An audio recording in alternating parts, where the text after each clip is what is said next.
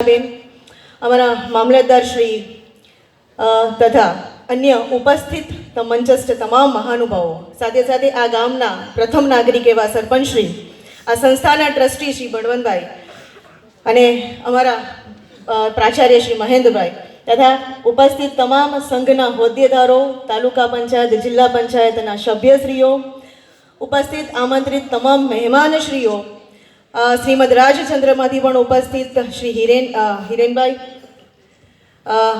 જિલ્લા શિક્ષા અધિકારી જિલ્લા વિજ્ઞાન કેન્દ્ર પ્રજ્ઞેશભાઈ રાઠોડ, આ વિસ્તારમાં પોતાના દાન થકી સમાજ સેવા કરી રહ્યા છે એવા ફીલી બાપુના તથા ઉપસ્થિત તમામનું હૃદયપૂર્વક સ્વાગત છે. આ સાથે સાથે અહીં ઉપસ્થિત મંચની નીચે તમામ જે શિક્ષક ભાઈ બહેનો, આ ગામજનો ઉપસ્થિત રહ્યા છે, જે વિદ્યાર્થીઓએ અહીંયા બાળ વૈજ્ઞાનિકોએ એમની કૃતિ પ્રદર્શિત કરી છે, એ તમામનું હૃદયપૂર્વક સ્વાગત કરું છું. સાથે સાથે પત્રકાર મિત્રો પણ ઉપસ્થિત છે, એમનું પણ હૃદયપૂર્વક સ્વાગત છે.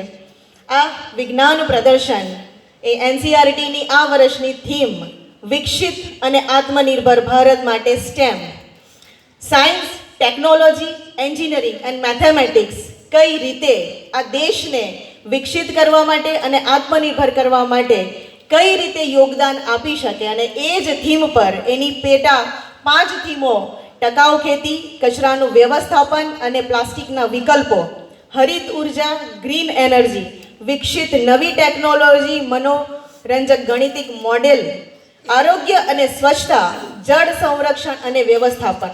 આ પેટા થીમો સાથે એની મુખ્ય થીમ વિકસિત અને આત્મનિર્ભર ભારત માટે સ્ટેમ.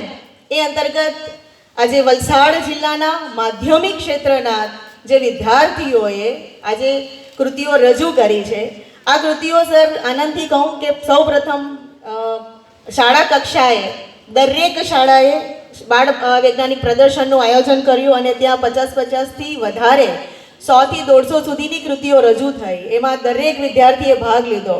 ત્યારબાદ એસવીએસ કક્ષાએ, અને આનંદ સાથે કહું કે દર વખત કરતાં આ વખતે વધારે કૃતિઓ 428 જેટલી કૃતિઓ એસવીએસ કક્ષાએ રજૂ થઈ, અને એમાંથી પસંદ થયેલી વિભાગવાર 2 કૃતિઓ, એક એસવીએસમાંથી 2 કૃતિઓ, આમ આજે 60 કૃતિઓનું પ્રદર્શન જિલ્લા કક્ષાએ થઈ રહ્યું છે.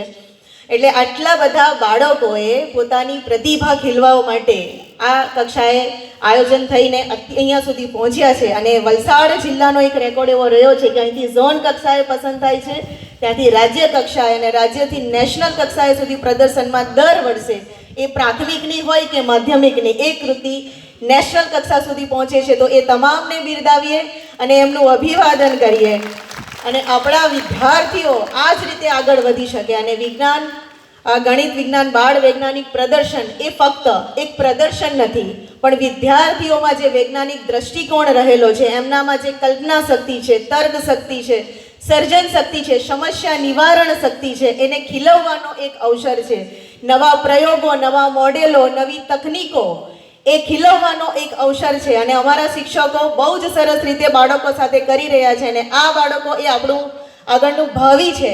ટેકનોલોજીના વિકાસથી જ આજે વિશ્વની, આ ગ્લોબલની, આ વૈશ્વિક રીતે આપણો ભારત દેશ પણ વિકસિત થઈ રહ્યો છે. અને એની અંદર આ વર્ષે એક સુંદર મજાની થીમ સાથે વિકસિત ભારત અને આત્મનિર્ભર ભારત માટે અમારા બાળકોએ સુંદર પ્રદર્શન યોજ્યું છે. એ તાલુકા કક્ષાનું પ્રદર્શન પણ અહીંયા પારડી કક્ષાનું છે. અને સાથે સાથે સરસ મજાની ગુજરાત સરકારે દરેક પ્રાથમિક શાળા હોય કે માધ્યમિક શાળા હોય, પણ ભણતા બાળક માટે તમામ પ્રકારની ભૌતિક સુવિધાઓ સારામાં સારી સજ્જ થઈ શકે એ માટે મકાનથી લઈને બધી જ સુવિધાઓ, અને એનું જ લોકાર્પણ આજે સામેની પ્રાથમિક શાળાનું પણ થયું. એટલે આજનો આ ત્રિવેણી સંગમ, પ્રાથમિક શાળાનું લોકાર્પણ, એ સાથે તાલુકા કક્ષાનું પ્રાથમિકનું બાળ વૈજ્ઞાનિક પ્રદર્શન અને માધ્યમિક અને ઉચ્ચતર માધ્યમનું જિલ્લા કક્ષાનું પ્રદર્શનમાં ઉપસ્થિત તમામનું હૃદયપૂર્વક ફરીથી સ્વાગત કરીને અમારા વિદ્યાર્થીઓને બિરદાવો, પ્રોત્સાહિત કરો, માર્ગદર્શક કરો,